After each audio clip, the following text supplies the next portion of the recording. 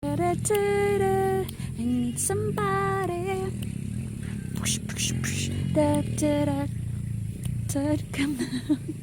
I don't know the lyrics. Da, da, da, da, da, da. Woo, woo.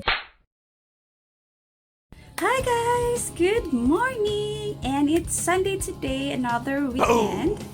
So it's Boholana on the go again, mga besh, and it's weekend, so it means another adventure. But today guys, I feel different. If padung na akong period guys, I feel bloated, I feel heavy. Sometimes I felt, sorry guys, ang bangus. 40 ang kilo. And sorry for the interruption guys. My room is just near the road. So, tanang manindog isda, all the noises out there, I could really hear. Actually, I have a dysmenorrhea.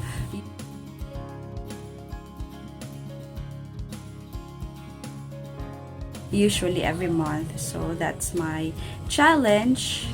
Yeah, so since yesterday and today, I just stayed at home and just tried to relax.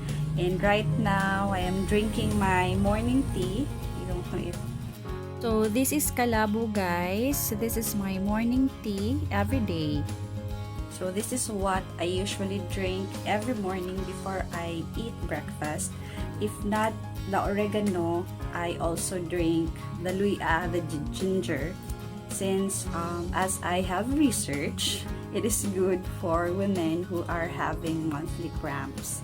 So, more na siya ako ang tea na ginainom every morning. Shout out my new subscribers out there.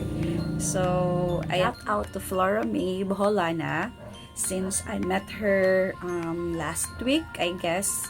Itong nangaon mi sa ilaha ka Ate Mimi. So that's where I randomly and unexpectedly meet Flora Mi Boholana. So hi Flor, thank you for taking the chance to have a picture taking with us.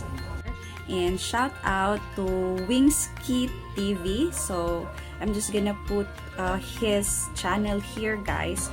Please do support him as well from Daguhoy. Hello sa tanang mga taga Daguhoy diha.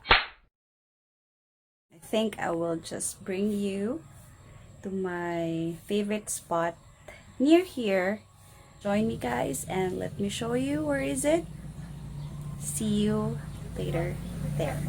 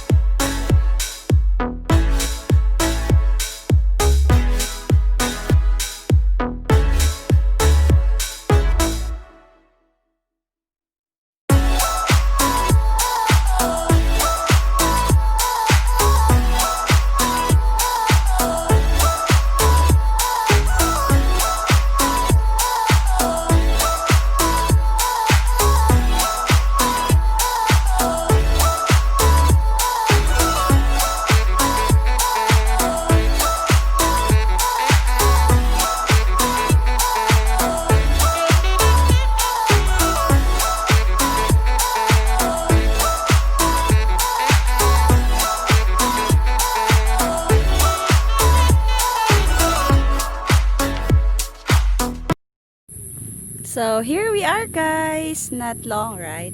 So, murag kadiyot bigyan siya. And it's right over there. Yeah, yep. So, it's just right over there and I will just have to walk going up na lang kay medyo lapok man. And I'm holding my phone so I really can't drive properly if we're here guys. It's a very small hill. Sorry if It's a bit noisy. It's because duol taog like a racetrack sa mga motorbikes bitaw nga mga racing. Yeah, let me show you. So there. Ako i-zoom. So naay mga nag practice og obstacle racing. Maman siguro na siya ang term. Lapo kayo. Muragi. Nag-uwan ba today? I'm not sure. There.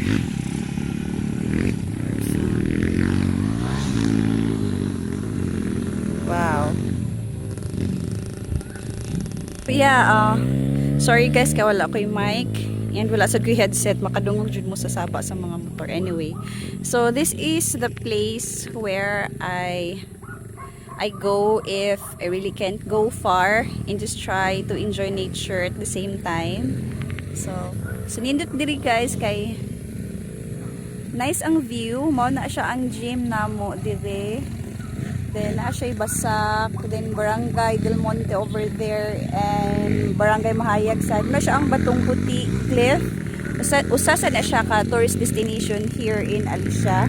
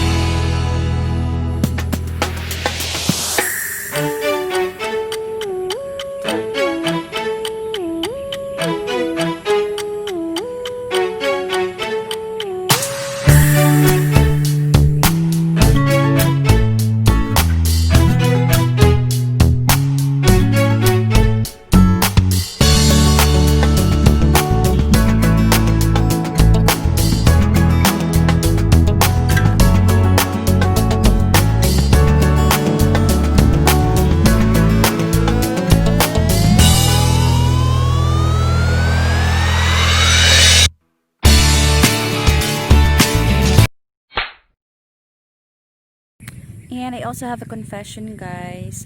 Serious. Because it's weekend. Wa pa ko'y ligo, guys. You know, sometimes when it's weekend and you don't have to think about work, it makes you very lazy to shower and bath. So if you notice, guys, my vlog once a week. It's because I am working full-time from Monday to Friday, so I could just go out there and vlog every weekend. So